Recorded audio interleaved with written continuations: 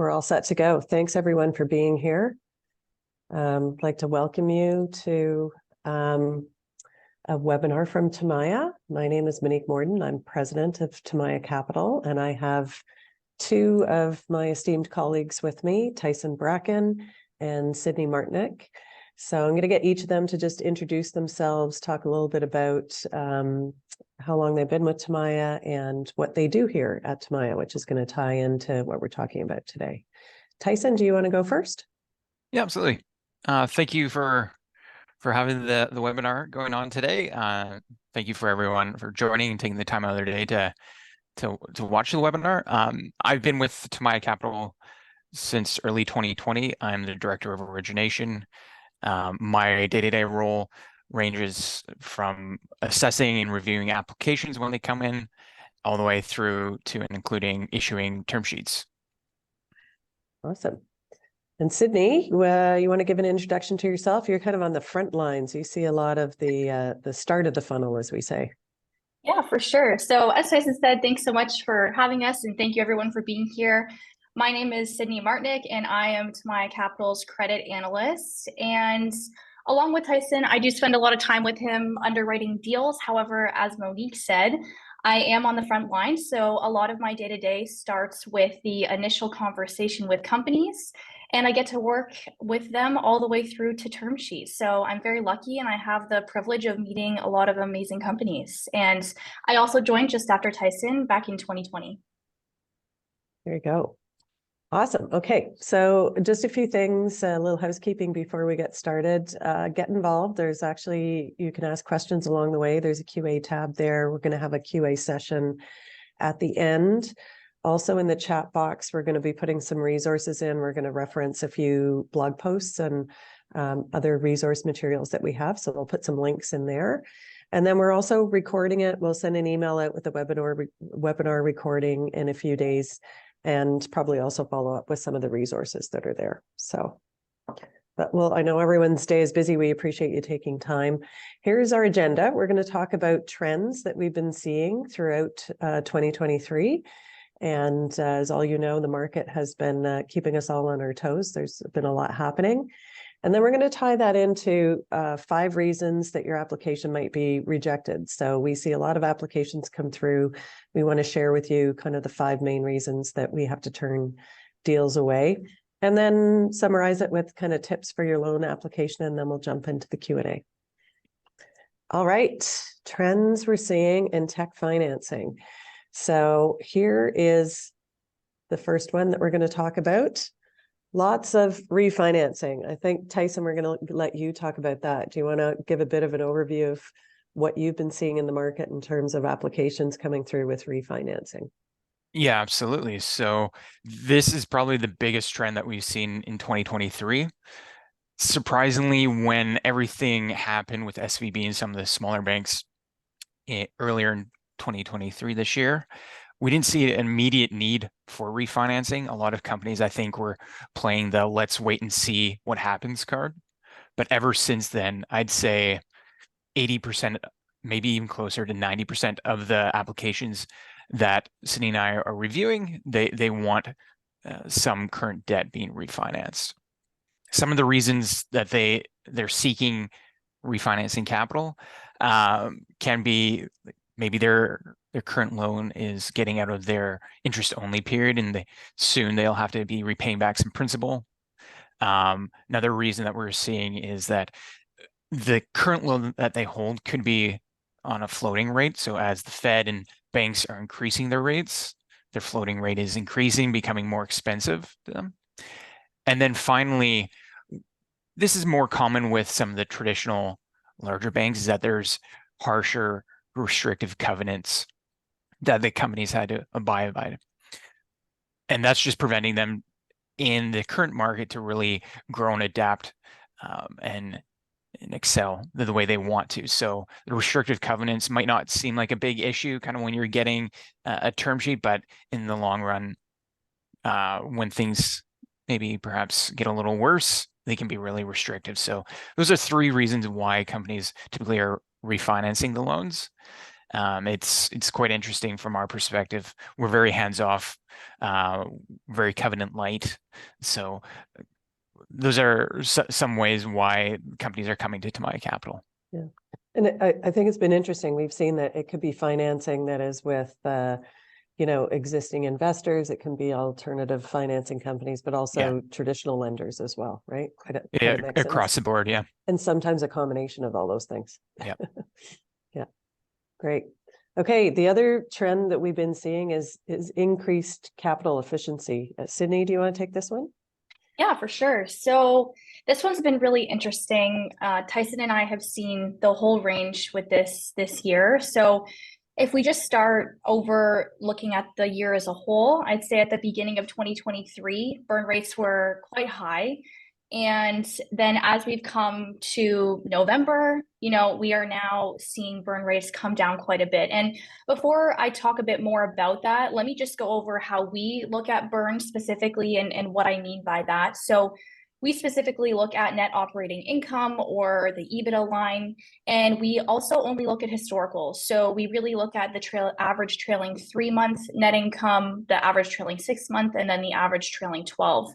And so this, like I said, it has really gone from quite high to much lower as the year comes to a close. And I think it's because a lot of companies, as Monique mentioned in the very beginning, the economic environment has been it's been a big question. It's been changing a lot. And I think companies continued to spend and not really take immediate action. So we've seen on our side, it's been very clear the companies who were potentially planning at the end of 2022 with the goal to bring their burn down, through the beginning of 2023 to middle of 2023. Whereas we also see companies who are now realizing that, okay, it's time to bring down our burn. And of course that takes time, right? So we're not seeing it right away, but there's also a lot of companies we've seen who cut their burn quite quickly, and that's very hard to do. So that's been a common trend and one of the biggest as well. And it's been very interesting to see across the board with all of the different companies that Tyson and I look at. Yeah. And I think we've seen that for companies that haven't sort of gone on top of their capital efficiency, especially by this time of the year, very, very challenging, right? To make the numbers work, especially if you have debt and everything like that. So awesome. Okay, here's our next one. My computer's going to work. Why is that not working? Driver error. Okay, Tyson, you want to take this? We've seen some interesting changes in growth, especially if we think back to like 2021 and 2022, right? Yeah, of course. So two growth metrics that we look at are year-over-year growth as well as quarter-over-quarter growth. Year-over-year is still relatively strong. That could be because 2022 wasn't the best year for growth. However, as of late, I'd say maybe the past 6-7 months, that's where we're seeing the flattening of the quarter-over-quarter growth. So can happen for a variety of reasons. Sometimes the end user of the platform and software, maybe they're going out of business, maybe they're not upselling. So we're really seeing the impacts of, I guess, the current economic environment on the company's growth, and it's interesting to see, but of course it's expected. Yeah, and it's kind of nice when you can see quarter over quarter is like steady or the growth is increasing. But I know we've seen like every quarter is almost different. We're having to really look into things and look at the contextual aspects of that. So it can be tricky. Yeah, we for all the companies that we assess and look at, we look at the holistic view, all the metrics together. So if there are some dips in the quarterly revenue, but there are some growth in the annual revenue and maybe some aspects, some other metrics, unit economics are looking good, we might be comfortable with that. There you go. Okay, the next one kind of connects to this a little bit, right, Sydney? I think you're going to take this one. We've seen some trends with churn, both logo and revenue. For sure. So these two definitely go hand in hand. And again, just before I go into this, how we specifically view and look at logo churn and revenue churn. So when we look at a logo, that is the company's, or that is a company's, a singular customer, one name, just one customer. So that's what we view as logo churn. And I think the overall trend, and Tyson, please add something if there's more you'd like to add, but is that churn and logo churn and revenue churn has been quite high throughout the whole year. And I'd say that's one thing Tyson and I have had to dig in on the most this year as a metric in itself. And originally, when we're first assessing a company, we first look at logo churn, and when we see that that's quite high, or that there's been no net new customer growth or some along those lines, immediately it's a little bit of a red flag. So that's when we start digging into revenue churn. And so the trend we've been seeing is, although the logo churn might have looked high in the beginning, we then dig into revenue churn, and sometimes that can still be high, but the revenue churn ultimately has typically been lower and hasn't looked as bad as the logo churn. So I think, again, as Tyson said, kind of about growth, we do look at the whole picture. So if something looks bad in terms of the logo churn, we'll always look at revenue churn. And again, I think that the main reason for the revenue churn being lower and potentially not looking so bad is a lot of smaller customers. I think given the economic environment and everyone cutting expenses, a lot of those smaller customers have dropped off over the year. And so this ultimately led to a year of higher churn and logo churn. It's been a metric we've had to look at quite in depth this year. Yeah. And quite a tricky analysis too, depending Definitely on the customers. Yeah. Okay, let's jump into the 5 reasons that loan applications are rejected. So here's the first one. We sort of look at this one as table stakes, don't we, Tyson? Do you want to cover this one? Yeah, this is every time an application is submitted to us, the first thing Cindy and I look at, okay, are they reporting their financials, their revenue on a cash basis or GAAP or accrual basis?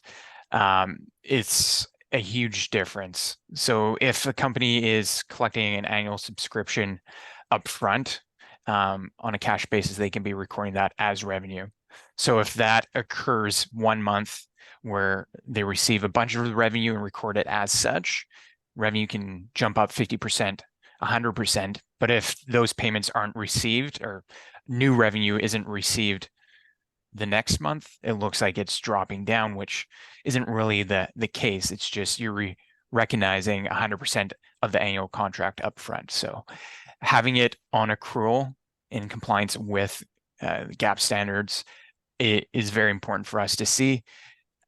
Quite often, if we're seeing companies saying that their financials are on a cash basis, we go back and say, okay, if you're on QuickBooks, as an example, are you able to switch a setting where it can convert your financials or at least your revenue from cash to accrual? If that's not the case, if you're not able to provide us immediately with that accrual financials, we usually suggest going out and having that conversion done by a CPA or bookkeeper so that we can see it in that way. Yeah.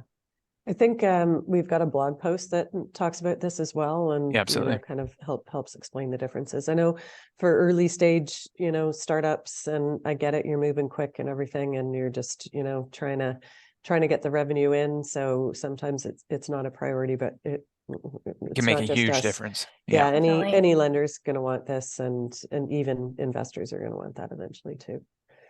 Okay, next one. Yeah, Tyson, I think we've got this for you too. It ties into one of the trends that we saw, but maybe you can talk about our parameters for growth. Yeah, as I previously mentioned, the 2 growth metrics that we look at, or revenue growth metrics we look at, are the year-over-year growth and quarter-over-quarter growth.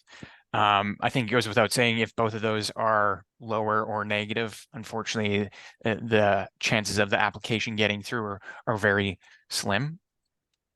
If there is a lower year-over-year growth, we would want to see some sort of recovery on the quarter-over-quarter growth over the past few quarters. If there is flat growth, or the growth isn't as strong as we'd want to see it, we'd also expect there to be lower burn, because if you're not growing and you're just burning through cash, that's not sustainable in the long run. So those are two areas that we want to see. They kind of go hand in hand with one another.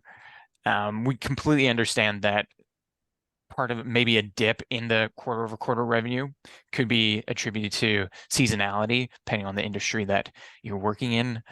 Maybe you're selling towards enterprise companies, so the sales cycle and the implementation might be longer as well to get the company up and running. So we once again look at it a holistic view, rather than just one specific metric. Yeah, I do know, like, we've seen some deals where like revenue has increased, but logos haven't. So they've been able to grow like accounts. Yeah, So absolutely. we do like to see, logo growth as well, but Yeah. we sort of take that into account. And then also we've seen sometimes when the business model changes, right? They're trying to actually get rid of lower value or revenue companies. So there's a bit of a transition there. Yeah. So like you say, do try to take some of that into account. If there's a bit of a story there, where we'll dig into that and try to understand it. And then a few times this year, we've heard of companies kind of switching their revenue models, where they're going back to their smaller customers and saying, hey, you know what, we're switching from one revenue structure to another. This is the way it's going. So we want you along for the ride, but sometimes there's that forced churn that goes along with the switch. Yeah, exactly. Excellent. Okay, high net burn. So Sydney, you talked a little bit about burn before, so maybe you can put in the context of what we look for and when it's too much. Yes, for sure. No, this is a good continuation onto what I was saying before. So just as a reminder, this is the net operating income, or the EBITDA line, that we're specifically talking about. And so just at TIMIA, some requirements that we need to see, in our initial assessment, is we need to see the company getting out 12 months of runway, including our capital. And this this is affected by many things, and one of those being burn. And I will talk about a couple different situations after this, and what we take into context. However, one thing that we look at very closely is the the monthly net income relative to the company's MRR, right? So we typically don't like to see companies burning any more than negative 50% of their MRR. And this is a pretty strict rule for us. And we are okay with low to moderate burn. However, this one, we don't like to see companies burning more than that. And so when it comes to the 12 months of runway, there can be lots of companies, and this has happened a few times this year, where they'll be getting out more than 12 months of runway, but this could be because they have a high cash balance, right? And so they could have that high cash balance, and then they could be burning way more than negative 50% of their MRR. And typically we're not okay with this, and we'll still say no. So this is a strict rule that we do abide by. And then, of course, there's companies who don't get out the 12 months of runway, and this is strictly just because their burn is too high, and maybe they don't have as high of a cash balance. So, of course, like Tyson said, and when we look at other metrics, we always do try and look at the big picture, but our burn is one that we're very strict on, and we like to see that in control. And it's been interesting to see how that's changed throughout the year.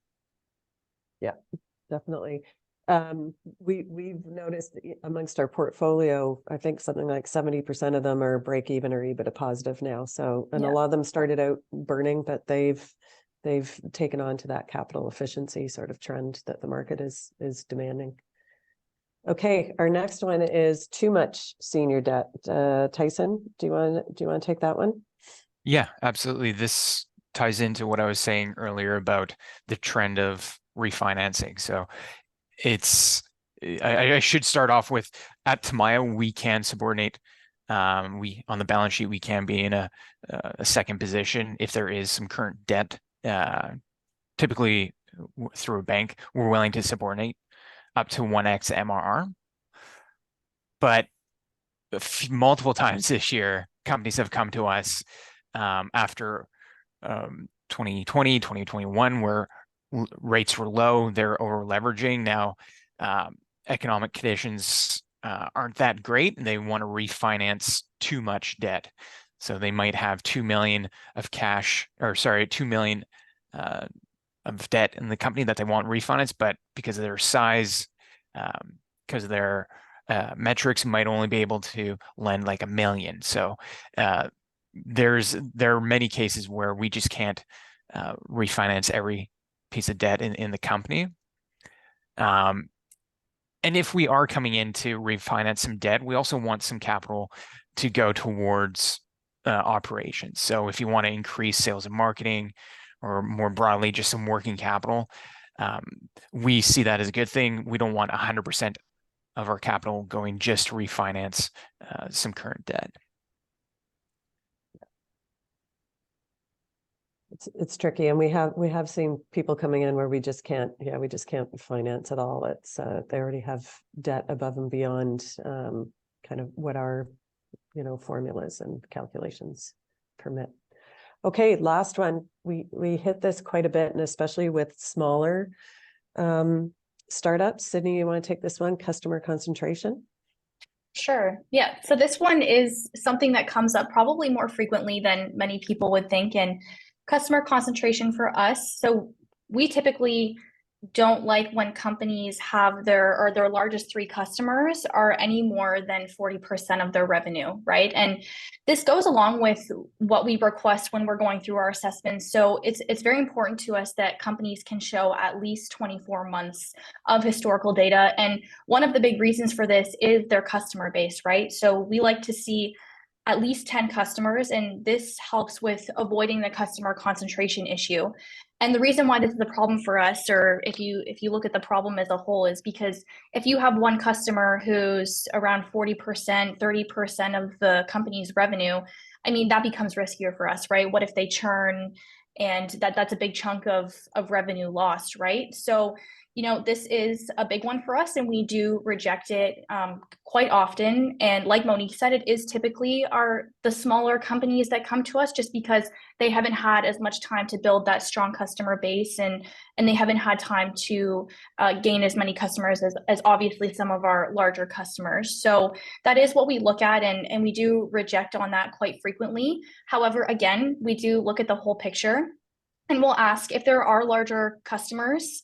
We do ask certain questions to, try and look at it a little bit differently and get more context towards the customer. So, if there is a really large customer, is it a reseller? Is it a direct customer? As you can see listed, enterprise contracts are typically a little bit stickier. How long are these contracts with customers? Have they renewed? Things like that. So we do ask questions to really try and get an understanding of not only how these customers and how long they've been there, but what the business model is, and if it is risky, if they do account for a bit more revenue. So we do our best to look at it in a positive way. However, we are strict on this, especially with the smaller companies that we look at, because it is riskier, and we do like to see a nice range of customers with the company. Yeah, and we do have empathy for, it's hard to get those first few customers. It's great if you get enterprise customers, but then it's also tricky because they can, be overweighted in your customer base. And it's not something you can change quickly, right? You got to go out and get more customers and try to get some the same size.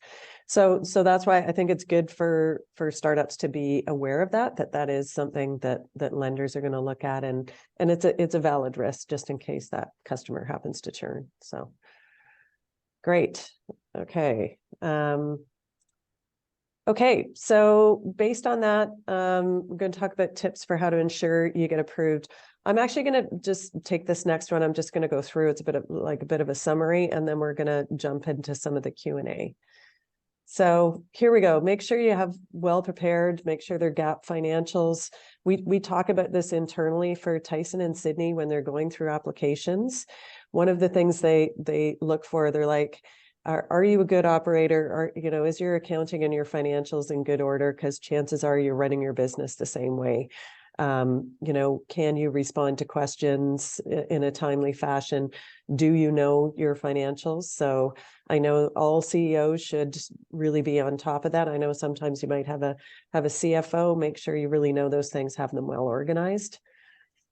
and get your metrics in order. So you've heard us talk about a lot of metrics. We've got churn, both in terms of revenue churn, logo churn, what's your burn, what's your average contract size, what's your customer concentration. It's all metrics that if you're, in tech and in the SaaS business, there's nothing tricky there. It's all the ones that people are looking at. So calculate those yourself, really know those yourself. Most lenders are going to want to do those calculations. You might self-report, but we want to do it ourselves to actually verify what those metrics are. So, get that in order along with all of your financials so that you also know those really well. And if there's any, specifics or exceptions that you want to explain in those calculations. Realistic growth projections. So we also have we have a blog post on metrics, I think, and we also have one on realistic growth projections. We often talk about the difference between pitching for venture capital and applying for venture debt. And they're very different. When you're pitching for venture capital, and often I see this with Sydney, on our intro calls, we don't want to see your pitch deck. We want to get more into the numbers and the metrics and the financials. We, appreciate the space you're in and the problem you're trying to solve and the competition and all of that and hockey stick projections. But really for us, it's about what are your historicals, what are your metrics? What is the numbers saying? And as you go into the future, is it a realistic future? And are you going to be able to hit those projections? So VCs are maybe like a little bit looser on that because they're betting long-term on you for, the next 3, 5, 7, 10 years where you're going to go. But we really, if we're lending you the money, we really need to know you can execute on your plan and hit your targets, especially for that next 12 months.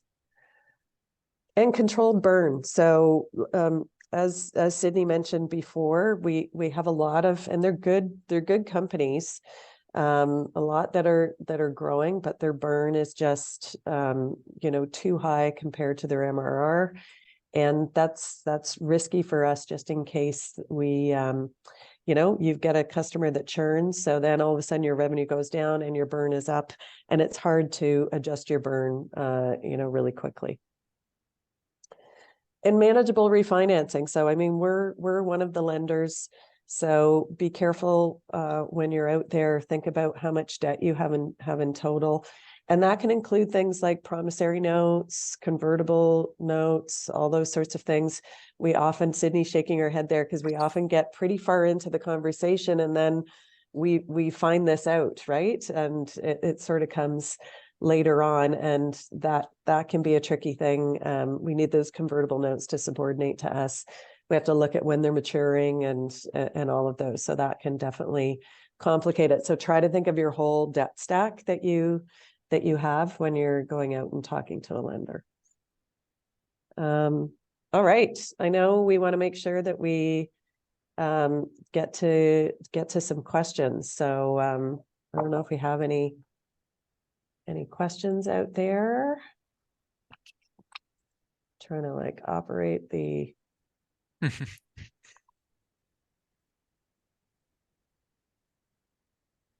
I can't quite see on the QA side of things. But maybe one thing that I'll put out as a question that I see here is when you're how do you decide what type of product is right for the different types of companies? We kind of have 2 products. Tyson, do you want to talk a little bit about those 2 products and the fit with different companies? Yeah, absolutely. So at TIMIA, we have 2 different loan structures. The first is a shorter term interest only option, be 2 to 3 years in length. And it's exactly what it sounds like, just monthly interest payments and then balloon payment at the end. Typically, these are for companies that are larger ARR stage, so typically greater than 5 million ARR. For companies that are smaller, below that 5 million mark, we have a longer amortized option. What's great about this is that there's interest only year 1 and a bit of principal coming back in year 2, but the majority of the principal is pushed off to the later years. So the focus on that is really keeping as much cash in the company as possible. And then there's flexibility at the end of that. So we can get creative depending on the company's plans and preferences. So it can be fully paid, 20% balloon or 40% balloon at the end. Awesome. I see there's a question here about how do we handle shred with, so Canadian companies, they'll have shred. How do we handle that when you guys are doing the financial analysis? Yeah, that's a great question. So we see that from time to time come up, not too often, but we do take that into consideration, given that is an offset for the revenue. So we have to collectively review that as a team to see if that's something we can work with. Right. Yeah. And similarly, when we look at like R&D costs and hosting costs, I know that's one thing when you guys look at the financials that sometimes we kind of have to reallocate. What's our kind of standard approach to that? Yeah, so for like a traditional SaaS company, hosting costs would be a direct cost because it's required to operate the platform and the software. For other expenses, I mean, it just typically follow the basic accounting allocation of expenses. So there, from time to time, we have to reallocate things based on how we define and look at direct expenses in COGS. So from time to time that happens. Yeah. I see we've got a question here. It's asking, do you anticipate your metrics will become even more stringent next year, or do you expect them to become more relaxed? Question. Yeah, it's a good question. We've definitely tightened them up this year. Mm-hmm. I would love to say that maybe they're more relaxed next year. I think that'd be the ideal case. But it's a tricky thing. We're always have to modify and change kind of the threshold, the benchmarks that we want to see. So I hope that perhaps next year we can make them friendlier, if you want to put it that way. Yeah. I guess it kind of depends. I mean, there's a lot of factors that go into that. And but we kind of always have some of the same thresholds. So even to sort of get through the process. Yeah. So, right, you need a minimum of 2 million in ARR, or at least, tracking towards that. We've talked about you've got to have the GAAP financials. Sydney, you mentioned the burn, we don't want, too much burn, and sort of customer concentration. Those are always sort of there. So those don't change. But, I guess it comes down to, we always want the 12 months of runway too, after you get our funding. So those are, constants. But then it depends on how many people are applying and what we're kind of seeing there. And going back to the context of the company and what's going on in the environment, maybe it's understandable during 2020 when COVID hit.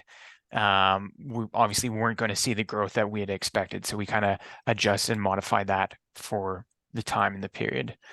Something that's true. If anything, that one we lowered the expectations on that, right? We lowered our growth categories, where before we were expecting higher growth. Yeah. So that's kind of what I was getting at. Perhaps we can change and modify them based on the environment. But I was also going to mention that throughout the process that Sydney and I run, if there isn't a fit at the time and we have to reject an application, we always try to give some positive feedback, what we'd want to see for when we potentially do re-engage and reassess the company. So we would say, okay, these are the areas that kind of didn't meet our expectation. However, these areas we really like, we're glad to see. Yeah, we call that our nurture program, right? And we actually we get people coming back after 3, 6, sometimes 2, 3 years, right? Yeah, for sure. So it's always, and it's a little bit of free advice. So even if you're thinking of it to sort of get into the pipeline, you'll get some free advice from Tycee and Sydney on that. So here's one, and this is a really hard one, and I know I asked this of everyone that I as we're all trying to read the tea leaves. Where do you guys see the market going in 2024? What do you think? I know I'm not going to hold you to it, but what's your gut telling you? Yeah, that's a I forgot my crystal ball at home this morning, so I should have brought that in to prepare. The optimist in me says things will improve, but yeah, I'm not too sure if that improvement will happen in the short term. Yeah, I think it's going to be a slow but sure process. And, as the year has come to a close, we have been seeing some metrics that weren't looking so great slowly improve, which is nice to see. So I agree with Tyson. I don't think it's going to be right away. I think it's going to be a slow but sure process, but I do see it getting there, hopefully. Yeah. I kind of feel the same. I think interest rates are going to hold steady. Maybe the second half of the year start to go down, maybe sooner than that. I think hopefully VCs are going to come back a little bit more. So they've sort of been on the sidelines. I think they're going to, not full force, but come in a little bit more. I think valuations will improve slightly, not anywhere near where they were, but some companies, we've seen companies, a few of our companies have exited and had gotten reasonable given the market multiples in that sense. And so, I think it's sort of like a cautious recovery. And of course, we could have a war or pandemic or more wars, as there's already a couple out there. Yeah, combination. Yes. And like those things are impossible to sort of predict the effect that they're going to have. But anyways, okay, I think we're going to wind things up because I know everyone is super busy. Reach out to us. You've met the team now. Any one of us is accessible. We really appreciate everyone taking the time to be here. The recording, as I said, is going to get sent out, and we'll send out some more links to some of the resources that we have, including an ebook that we've put together to sort of be a handbook on how to apply for venture debt and get access to venture debt. So thanks for everyone. Thanks, Sydney and Tyson, for being here, and Adamandia and the team for helping get us set up. And we're going to be trying to do these webinars on a bit more of a regular basis. Thank you very much. Thank Have you. a great day. Right. Ciao, everyone. Take care. Bye.